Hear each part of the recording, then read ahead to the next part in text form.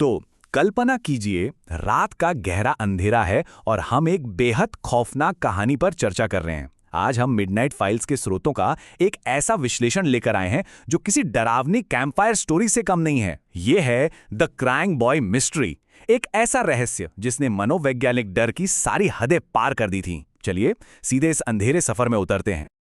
अब सबसे बड़ा सवाल, क्या सूती कैनवस पर बनी एक साधारण सी तस्वीर किसी पूरे के पूरे घर को जलाकर राख कर सकती है? जरा इसके बारे में सोचिए। एक भयंकर आग लगी है, सब कुछ जल रहा है, लेकिन वो कैनवस बिना एक भी खरोच के बच जाता है। कैसे? ये वो सवाल है जिसने अच्छे अच्छों को झकझोर कर रख दिया था। एक साधारण सी कलाकृति आखिर एक विनाशकारी आग से अछूती कैसे रह सकती है?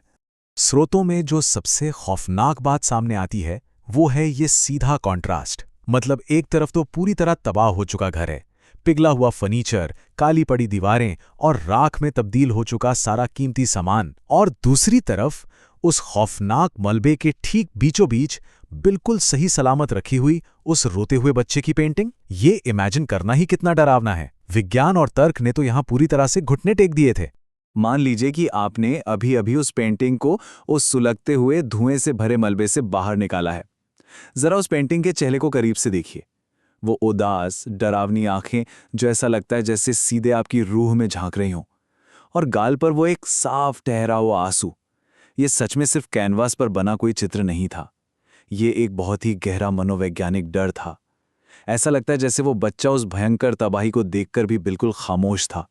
ब्रिटेन की रहस्यमयी आग, 1980 के दशक की दहशत। तो आखिर हुआ क्या था? 1980 में इस रहस्यमयी आग का एक खौफनाक सिलसिला शुरू हुआ। कुछ ही घंटों के भीतर घरों का सारा कीमती सामान पिघलकर राख हो जाता था। लेकिन असली हैरानी तो कुछ दिनों बाद होती है, जब फायर फाइटर्स वहां पहुंचते हैं। मलबे की जांच करते वक्त वो पूरी तरह से सन्न रह जाते हैं। मेरा मतलब है वो पेशेवर लोग हैं, लेकिन उनके पास इस बात का कोई जवाब नहीं था कि हर जल चुके घर में बस एक ही चीज क्यों बच रही थी। खौफ इस कदर बढ़ गया था कि बात सिर्फ आम लोगों की अफवाहों तक नहीं रुकी। सोचिए, फायर ब्रिगेड, जिनका काम तर्क और विज्ञान के आधार पर आग बुझाना है, उन्हें खुद अखबारों में जनता के लिए चेतावनी जारी करनी पड़ी। उन्होंने बाकायदा कहा, इस तस्वीर को अपने घर में भूल कर भी मत रखना। जरा इमेजिन कीजिए डर का लेवल क्या रहा होगा जब आधिकारिक संस्थाओं को लोगों से एक पेंटिंग से दूर रहने की गुजारिश करनी पड़ी। अनाथ की कैद आत्मा, एक स्थानीय किंवदंती। स्रोत हमें स्पष्ट रूप से बताते हैं कि द क्राइंग बॉय का श्राप असल में क्या था। तो स्थानीय लोगों का एक बहुत ही दृढ़ विश्वास था कि इस पेंटिंग के अंदर असल में उस अनाथ बच्चे की भटकती हुई और बेहद बेचैन आत्मा कैद थी। जी हाँ, एक आत्मा। उनके मुताबिक यही वो आत्मा थी जो हर उस घर में तबाही मचाती थी जहां इसे टांगा जाता था। इस खौफ ने उस वक्त लोगों के दिमाग पर पूरी तरह से कब्जा कर लिया था। अब जरा इस दृश्य को फील कीजिए। रात का गहरा अंधेरा है, कमरे की बत्तियां अचानक एक झटके से बंद हो जाती हैं।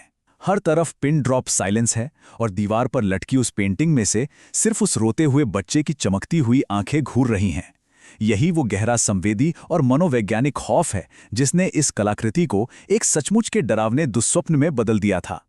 इत्तेफाक या श्राप? चलिए इस रहस्य की परतों को खोलते हैं। अगर हम स्रोतों से मिले इस बढ़ते हुए खौफ का निचोड़ निकालें तो तस्वीर कुछ ऐसी बनती है। एक के बाद एक दर्जनों रहस्यमयी आग की घटनाएं, पूरी तरह से पिघले चुके घर, और उनके ठीक बीच में बिल्कुल सुरक्षित पड़ी वो एक पेंटिंग।